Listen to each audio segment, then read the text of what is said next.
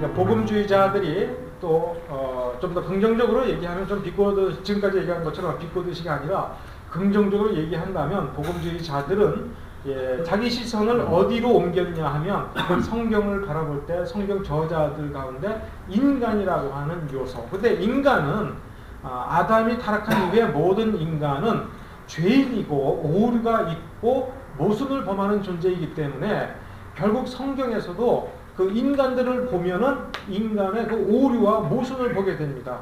그러다가 보면은 하나님을 시선에서 놓치게 됩니다. 그러다가 이 유호론에 빠지게 된 것입니다. 그러므로 항상 그런 점도 있다. 인간의 저자, 인간 저자의 개성이 반영된 부분도 있다. 그의 스타일이 어떠하다. 그럴 수 있구나. 하지만 여전히 진짜 초점은 하나님께서 그 부족한 인간을 들어서 우리에게 이런 성경 말씀을 기록하게 해주셨고 지금 우리와 함께 이 말씀을 가지고 역사하시는구나라고 하는 측면에 눈빛을 계속 맞춰줘야 됩니다. 유호론이나 이 비가류주의에 빠진 것은 그런 시선을 놓쳤기 때문에 그러하다는 것을 명심할 필요가 있습니다. 풀러 신학교의 교수 잭 로저스가 한 이야기가 또 재미있는 이야기가 나옵니다. 하나는 합리적 추론이나 그러니까 두 가지 신학 전통이 있는데 하나는 합리적 추론이나 증거보다는 신앙을 우위에 두는 신학 전통이 하나 있고 신앙보다는 이성적 추론에 우위를 두는 전통이 있다.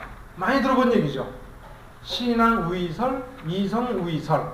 신앙 우위론을 어거스틴 신학 전통이라고 말하고 이성 우위론을 스콜라주의 신학 전통입니다. 아퀴나스나 뚜레틴 혹은 구프리스톤 신학의 그런 흐름이다라고 얘기를 합니다. 그러면서 성경은 교리와 교훈, 역사적, 과학적 사실 등 모든 곳에서 오류가 없다. 오류는 문자적 정확성을 의미한다. 로저스는 구프리스톤 신학의 성경 무호 교리는 기독교가 2000년 동안 가르쳐온 역사적 신앙도 유일하게 타당한 복음주의 신학 전통도 아니다. 이런 주장을 했습니다. 그러니까 구프리스톤이 이성의 우위를 두고 신학 전통을 따르다가 보니까 이런 무호론과 같은 이상한 얘기를 했다.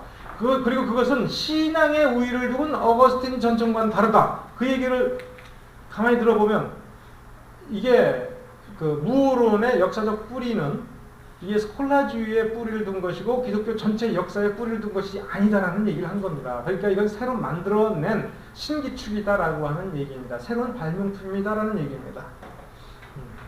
그러면서 이 성경 무호는 성서적 개념이 아닌 아리스토텔레스에서 유래된 철학적 개념이다. 이런 주장을 잭 로저스가 했습니다. 그러면서 증거를 대라. 그게 뭐 보고 그렇게 얘기하냐? 그러면 이제 잭 로저스가 뭐라고 얘기하냐면, 그러면 성경 66권 어디에 무호라는 단어가 있냐? 없지 않냐? 고봐. 그러니까 이게 스콜라주의자들이 만들어낸 거야. 이렇게 얘기를 합니다. 그것은 이제 내용과 문자, 글자를 분리시킨 거죠. 무호라는 글자가 없으면 무호를 안 가르친 겁니까? 성경 전체에서 하나님이 전지전능하시고 실수도 변하는 회전하는 그림자도 없으시고 이런 내용이 그러면 무호하고 관계가 없나? 그건 무호라는 단어가 아니니까 아니다라는 얘기를 이제 하는 겁니다. 그러니까 단순 논리를 쓰게 됩니다. 그래서 진보주의자들 대부분은 제한무호를 주장합니다. 그런데 요새 들어서는 더 과격해졌습니다. 요새 들어서는 솔직하게 얘기하라 그러면은 성경 유호론을 과감하게 얘기합니다. 그러면서 뭐라고 얘기하냐면 이제 계속해서 교리를 요새 누가 공부하냐? 필요 없다. 이제 그런 주장도 과감하게 하는 정도가 됐습니다. 그런데 이제 이 신학교 1학년, 2학년 학교 같은 경우에는 교회에서 신앙을 보수적으로 배운 상태에서 바로 오지 않습니까? 그러니까 그런 얘기를 노골적으로 하지 않고 자기네들끼리 모여 앉아가지고 대학원 연구과정 같은 데에서만 우리는 성경보 같은 거 안 믿어. 뭐 이렇게 아주 노골적으로 얘기하고 그런 방식대로의 연구를 해 나갑니다. 날이 갈수록 그렇다는 것을 여러분도 알게 될 겁니다.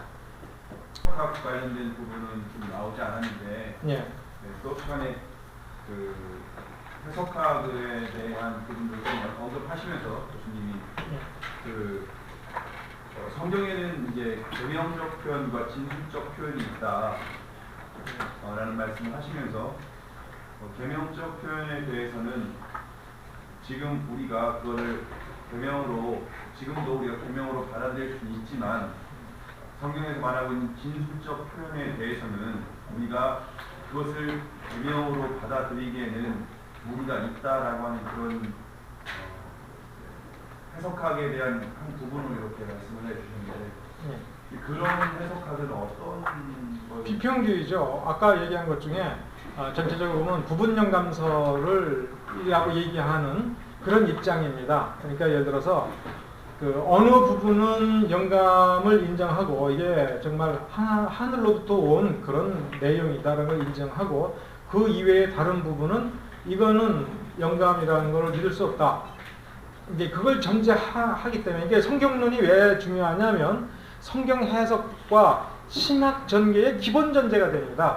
그러면 예를 들어서 성경의 전체가 완전하고 충분하고 오류 없이 영감되었다 그러면 성경을 해석할 때에 그런 입장에서 해석을 하고 신학을 구축하게 나가겠죠. 그러나 부분 영감설을 인정하게 되면 성경을 해석할 때에 우선 부분을 나눠야겠죠. 영감된 부분과 영감 안 된 부분을 나누고 그 권위 부여를 다르게 하겠죠. 그러면서 신학을 구축할 때에 그것을 고려해서 해 나가겠죠. 그렇게 달라지는 겁니다. 목사님, 아까 하나님을 말씀하시면서 예. 하나님 이야기하기를 기독교는 히브리 사상과 헬라 사상의 연합이라고 말씀하셨는데 예. 그게 어떤 의미고 예. 그것이 왜 나쁜 건지 우선 사실과 다릅니다.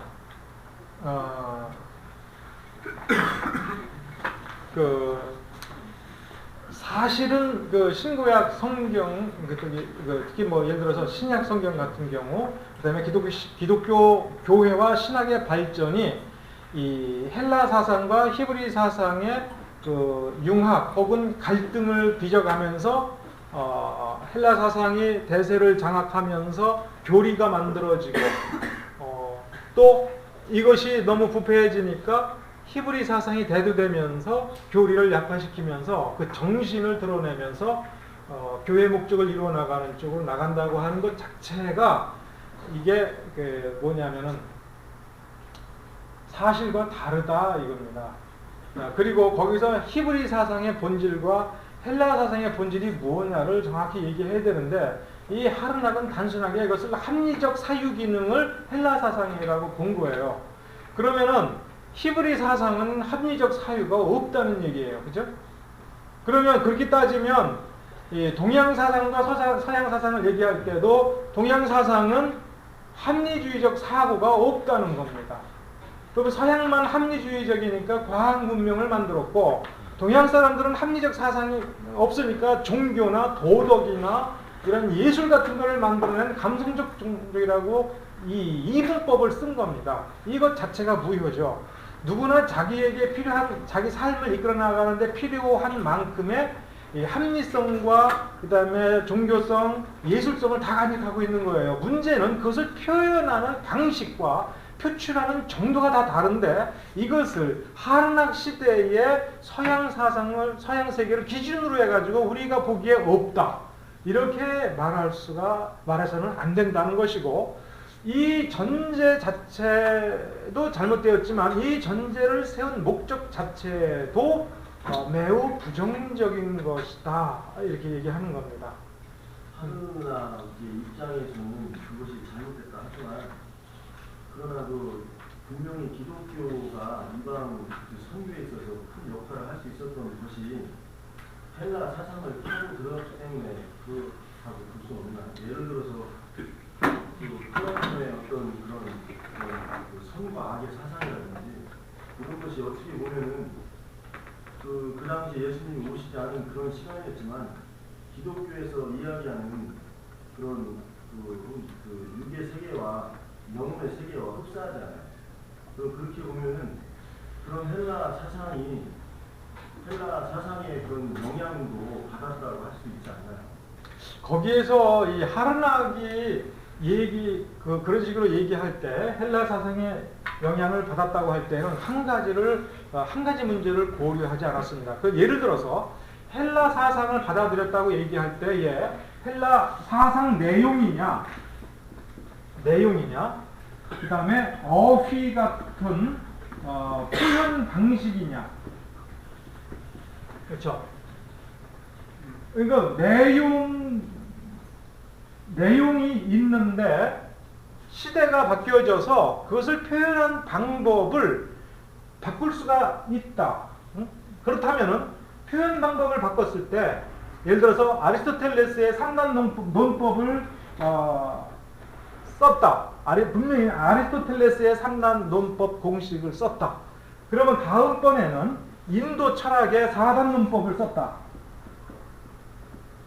그런데 이 논법을 써서 표현하고자 하는 것이 A는 B라고 하는 점이다 이거예요. 그런데 3단 논법을 표현해서 썼으면 이게 헬라화 된 거냐? 그 다음에 인도 철학의 4단 논법을 썼으면 다시 인도화 된 거냐? 이렇게 말해야 되느냐 이거예요. 즉 우리가 어커모데이션이라고 할 때에 하나님께서 변치 않는 분이라고 해가지고 하나님이 히브리인들을 상대하셨을 때의 그 용어와 그 표현 방식과 표현 세계를 이 주민이 그리스 로마 시대의 주민으로 바뀌었을 때에도 자기가 변치 않는 분임을 보여주기 위해서 히브리적인 단어와 언어와 표현 방식을 계속 썼어야 되겠느냐 이거예요. 그러면 만일에 이 표현 방식을 주민을 염두에 두고서 표현 어휘를 바꿨을 때의 내용도 바뀌었냐 이거예요. 그러니까 이렇게 놓고 본다면 사상이 일정한 것과 그 표현 방식을 5살짜리 애한테 설명해 줄 때와 20살짜리 대학생, 그것도 지방대생, 그 다음에 서울대생한테 표현할 때에 내가 어휘와 전문어휘 쓰는 것이 바뀔 때 사상이 바뀌었다고 말을 해야 되겠냐 이거야. 그러면 거꾸로 하르낙식은 이렇게 얘기하는 겁니다. 어휘는 모든 것을 결정한다. 그가 아리스토텔레스가 쓴 어휘를 썼다면 그는 아리스토텔레스 사상가가 된 것이다. 인도 철학가가 쓴 어휘를 썼으면 그는 인도 철학자로 다시 변해버린 것이고 그 세계관을 받아들였다는 것을 의미한다. 그렇다면 껍데기가 내용을 결정한다는 얘기가 된 거죠. 하르낙은 이렇게 뒤집어 씌운 겁니다. 그랬을 때에만 하르낙의 논제가 성립이 되는 겁니다. 그러니까 구약에서 히브리 사상이 히브리 언어로 표현되었다가 이제 그리스 로마 시대로 이 히브리 성경이 들어왔어요. 그러면서 먼저 어떻게 된 거냐면 히브리인들의 자제들이 그리스 로마 시대에 살면서 히브리 언어를 잃어버렸어요. 자, 그렇다면 히브리 사상도 잃어버린 거냐 이거예요. 미국에 가서 한국인 2세, 3세가 한국말 하나도 못해요. 그러나 그 집안에 보면은 부모는 한국인처럼 살고 한국인의 문화와 관습을 유지하고 아이들은 한국인 문화와 내 역사를 잘 알고 있는데 다만 한국말만 못해. 그럴 수 있다고 칩시다. 그러면 그럴 때 그 아이는 한국인임을 문화적으로 버렸고 그 애는 영어만 할 줄 알기 때문에 영어 문화를 자기의 본질적 문화로 수용하면서 미국인화 되었는가? 이렇게 말해야 되겠냐고요. 하르낙은 그렇다고 말을 한 겁니다. 이 히브리 자제들이 디아스포라를 통해서 헬라 세계 그리스 로마 시대에 살면서 히브리를 잃어버리니까 그것을 헬라어 문장을 가지고 이 히브리 사상을 표현하기 시작을 한 거예요. 이 70인경의 등장입니다. 그리고 심지어 예를 들어서 페슈타 같은 경우에는 이 디아스포라를 통해서 페르시아 지역에 가서 거주를 합니다. 아니면은 지금의 그 이라크나 이런 데에 가서 거합니다. 그러면 그 아람 언어로 히브리 사상을 표현한 것이 이제 아람어 방언 성경입니다. 그랬을 때 거기에서 사용한 단어는 분명히 아람 문화과 페르시아 문화에서 나온 단어들이고 실시빙경 같으면 그리스 철학에서 사용한 그리스 사람들의 언어니까 그리스 철학하고 결국은 결부되어 있습니다. 그 단어를 갖다가 썼을 때 그들이 히브리 사상을 버리고 헬라 사상을 받아들였다. 그렇게 따진다면 또 이겁니다. 플라톤이 선악의 개념을 말해주지 않았으면 히브리인들은 선악을 몰랐냐 이거예요. 그러니까 내용은 분명히 있는 거예요. 내용이 먼저입니다. 내용이 먼저고 그 다음에 필요에 따라서 어떤 언어든 선택해서 표출을 할 때의 내용의 일관성을 유지할 수 있는 것이죠. 하르낙은 이걸 거부한 겁니다. 이것이 하르낙의 문제가 아니라 하르낙서부터 지금까지 이것이 영미권에서 고착이 되어서 나타나는 것이 이게 논리 실증주의입니다. 실체는 없다. 언어가 모든 것, 겉으로 표상으로 드러난 언어가 모든 것을 결정한다. 그래서 말대로 된다 이게요. 우리식으로 얘기하면. 이게 그런 전제를 받아들이는 것이 이게 하르낙의 전제고 이것이 공동체 이론입니다. 그런데 이게 성경을 이렇게 성경 사상과 신학의 내용이 이렇다라고 얘기하는데 실제로 이거 사실 맞는데 이 독일 사람들은 하르낙의 이야기가 맞다. 그 다음에 공동체 이론이 맞다라고 얘기할 때에 그들이 맞다라고 받아들이는 이유는 뭐냐면 자기네들이 그랬거든. 자기네들이 그런 거예요. 자기네들의 성경 사상이 아니라 원래 게르만족으로 존재를 했어요. 자기네들의 역사가 게르만족이라고 하는 것이 하나의 동일 민족 집단이 아닙니다. 필요에 의해서 모인 이합 집산을 하는 공동체 집단이에요. 왜 공동체라고 얘기하냐? 시족 공동체도 아니거든요. 그 다음에 국가를 형성하지도 않았거든요. 쉽게 말하면 조폭대거리들이야. 누구 하나가 약탈을 잘한다 그러면 우르르 몰려가서 한 패거리를 만들어서 이름을 새로 짓고 이게 죽으면은 이 죽은 사람 혹은 패배한 사람들 쫓아다녀봐야 돈벌이가 안 되니까 이긴 사람 쫓아가서 또 우르르 몰려갑니다. 그러니까 이게 명칭도 부족도 고정이 안 되고 이기는 사람 편만 들어서 왔다 갔다 하는 겁니다. 그러다 보니까 붙일 이름이 없으니까 공동체가 된 거예요. 이들이 무식한 상태에서 그리스 로마 문명 속에 들어와 가지고 그렇죠? 이 게르만인의 이 심성 속에서 이 그리스 로마 헬라 문화 속에서 이들은 조직이라고 하는 걸 배우고 사회를 배우고 나중에 가서 10세기 말서부터 비슷하게 현대 유럽의 윤곽이 형성되면서 18세기에 민족국가, 유럽의 국가가 형성이 됩니다. 그 이전까지 중세 전체가 사실상 하나의 나라처럼 원 킹덤처럼 존재했어요. 그러다가 이게 찢어져가지고 18세기에 민족국가가 됐고 다시 신중세로 돌아가서 유럽 연합이 만들어진 거 아닙니까? 이게 옛날 중세의 모습이에요. 그러니까 이렇게 해서 문명화되는 자기 민족사가 이러니까 하르낙의 그런 얘기 딱 하면 독일 사람들은 맞다라고 하는 공감을 탁 갖게 됩니다. 공동체 이론도 검증은 어디서 한 거냐면은 게르만 민족 공동체의 발전을 통해서 이 공동체 이론이 맞다라고 하는 것을 검증을 한 겁니다. 그러면서 이 발상을 뿌리가 어디에 있다라고 얘기하냐면 헬라의 도시국가가 공동체의 기본 모델이라고 얘기하지 않습니까? 이것을 사실 받아들여서 문명화된 게 게르만 민족입니다. 그러니까 자기네들이 이러니까 유대인들도 이랬을 것이다라고 가설을 세워버린 겁니다. 검증은 필요 없죠. 자기네들 얘기가 맞으니까.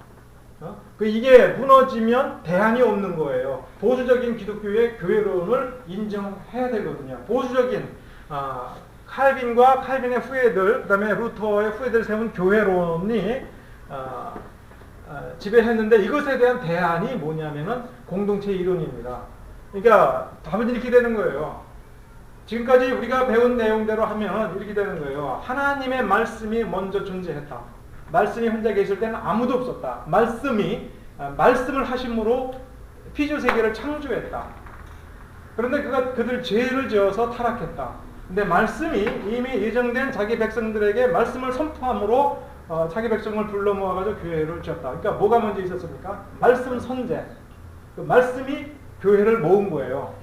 공동체 이론은 뭘 얘기하려고 했냐면은 아까 자유주의 신학자들이 얘기한 것처럼 기독교가 공동체로 일단 모였어요. 근데 이 공동체를 지속시키기 위해서 뭐가 필요했냐면 경전이 필요하니까 신약 성경이라는 한 것을 날조했다.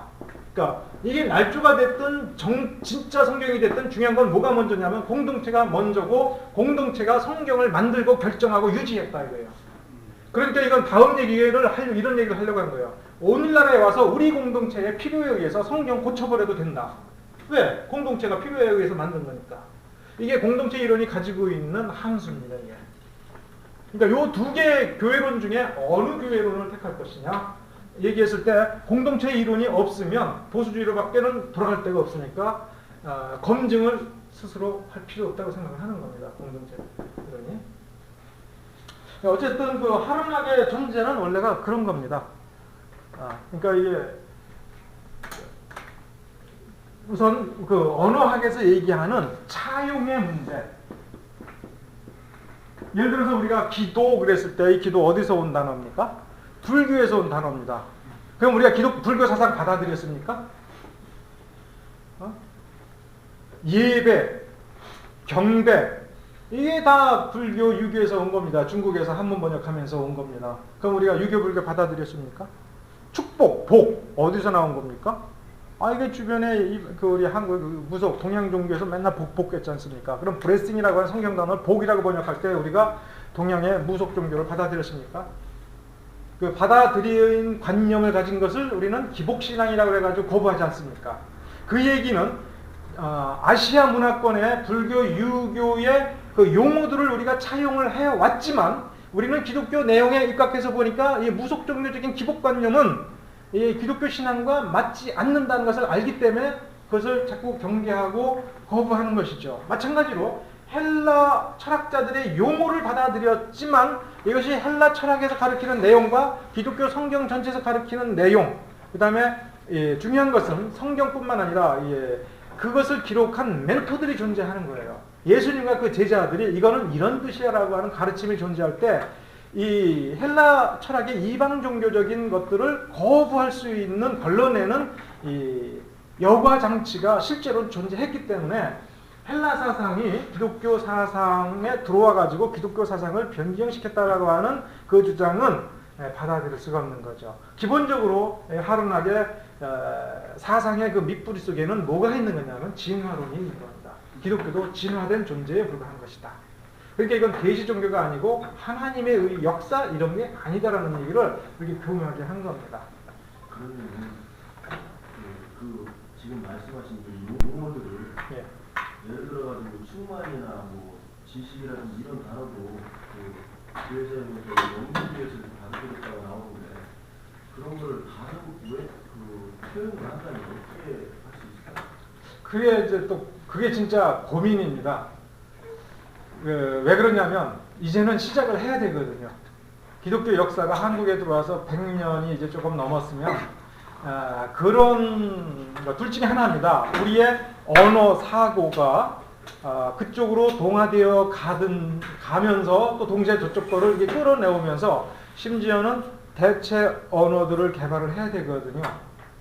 그런데 지금 한글이 안정이 되어 있지를 않기 때문에 그것이 매우 어렵습니다. 또 두 번째로 신학하는 사람들이 한국적 교회, 한국교회, 한국인의 신성이라는 걸 고려하지 않고 즉 기독교라고 하는 것을 이제는 가서 복사해 오는 것이 아니라 여기에서 우리가 새롭게 정립을 하고 우리의 경배와 우리의 찬양, 우리의 그 신앙 내용을 우리의 언어로 표출하는 것을 이제 만들어가야 된다라고 지금 깨닫고 그 작업을 해야 되는데 자꾸 이거를 계급화하기 위해서 자기 그 외래어를 그냥 써버리거나 이게 한국화하는 작업을 자꾸 도외시합니다. 심지어 예를 들어서 그게 가장 비근한 예로 논문입니다.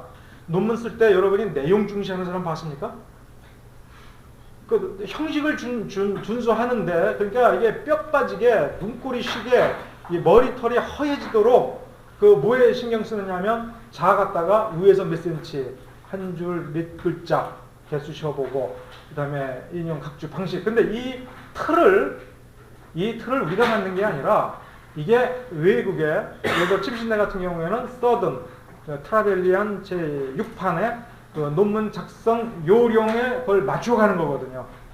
근데 이런 식으로 학문을 하는 겁니다. 그러니까 전부 뭐냐면 외국 학술지에 외국의 유명한 이런 정신부터 일단 바로 잡아야 됩니다. 그리고 우리의 것이 못나 보여도 항상 그렇죠. 우리 자식이 못나 보여요. 그렇지만 그 사람만이 내 자식인 거예요. 잘 가꾸고 키워야 되는 것처럼 우리가 이 교회에서의 신학 이거를 바로 세우고 우리 젊은이들을 말씀으로 바로 무장시키고자 하는 각성 속에서 이게 노력을 하면서 이걸 소중히 여길 때에 그 다음 단계가 이제 우리의 언어로 어렸을 때에 친구들과 물장구 치고 요새는 그런 거 안 하지만 우리는 했기 때문에 물장구 치고 뒹굴면서 썼던 그 언어 거기에 그것을 조금 고급화스럽게 발전시키면서 그 언어가 그대로 우리의 신학을 표출을 하고 우리의 예배, 하나님에 대한 경배를 드러내는 그 가장 아름다운 언어로 다듬어야 되는 것이 그 다음 단계거든요. 그걸 꼭 우리가 해야 되는 겁니다. 이제부터 해야 되는 숙제입니다. 그러기 위해서는 먼저 영원한 말씀의 그 본질, 기독교의 본질이 뭔가를 가슴으로 그 다음에 우리의 이 머리로 깨우친 다음에 이제 우리가 지금 평상시 사용하는 예배 언어들, 그 다음에 성경 공부 내에서 표현되는 언어들 이것들을 바로 잡고 그것을 이제 확산시키는 작업을 해야겠죠. 그러지 않아도 그런 일을 여러분과 더불어 해야 된다라고 늘 생각하고 저의 숙제라고 늘 생각하고 있습니다. 좋은 결과 우리 죽기 전에 나오기를 바라야죠. 제가 번역을 할 때에도 현재로서는 어쩔 수 없지만 나름대로 굉장히 쉬운 언어라고 쉬운 우리말이라고 하는 게 다름 아닌 그겁니다. 쉽다는 건 어렸을 때부터 썼다는 의미입니다. 어른 돼서 배운 단어들 가운데 쉬운 건 별로 없습니다. 어렸을 때 10살 전후 15살 때에 표현하면서 사용했던 그 언어로 이 성경의 내용을 신학을 옮겨놨다면 정말 15살짜리도 읽을 수 있게 되는 겁니다. 그것을 소화시키는 것은 앞으로 해야 될 일이지만 읽는 것이 그때 가능해지는 겁니다. 그래서 저도 번역할 때 굉장히 애를 씁니다. 그래서 처음 번역할 때에는 내용은 굉장히 정확한데 말이 상당히 어려웠어요. 그러면서 그것을 나름대로 노력을 해서 지금은 한 17살 정도가 쉬운 거는 17살 정도가 읽으면서 마치 영어 본문을 볼 때의 그 느낌하고 비슷하도록 많이 가까이 다가갔다고는 지금 장담을 못하는데 목표는 15세입니다. 15세가 읽을 수 있어야 됩니다. 15세면 중학교 1학년 전후에서부터 정말 소원이라면 기독교 강요 기독교 강요만 2, 3년에 걸쳐서 대학교 1학년 때까지만이라도 뛰면 평생 흔들림이 없습니다. 그러면서 스스로 하나님 앞에 자기의 인생의 목적을 발견하면서 살아나갈 수가 있고 합니다. 근데 그 15세 정도가 이해할 수 있는 우리말로 아직은 사실은 한 100년 걸릴 겁니다. 그건 보통의 노력으로 되어 있지 않습니다. 오늘날 영어만 써서 학문이 가능한 언어로 만들기 위해서 수십 년 동안 영국에서 이 석학들이 엄청난 에너지를 쏟아부었습니다. 마을마다 영어진흥협회 이걸 만들어가지고 마을마다 모여가지고 우리가 영어를 잘 쓰려면 영어를 멋있게 쓰려면 이렇게 써야지 저렇게 써야지 이런 다듬는 과정에서 우리가 하는 스쿨 그래머가 만들어진 겁니다. 우리도 그런 노력을 먼저 해야겠죠. 그래서 여러분들이 설교를 할 때마다 그 언어라는 것을 신경을 써주시면 지금 지적하신 것이 해결이 될 겁니다. 시간이 많이 늦었습니다. 여러분 와주신 것 감사드리고 피곤한데에도 열심히 귀 기울여 주신 것에 대해서 감사를 드립니다.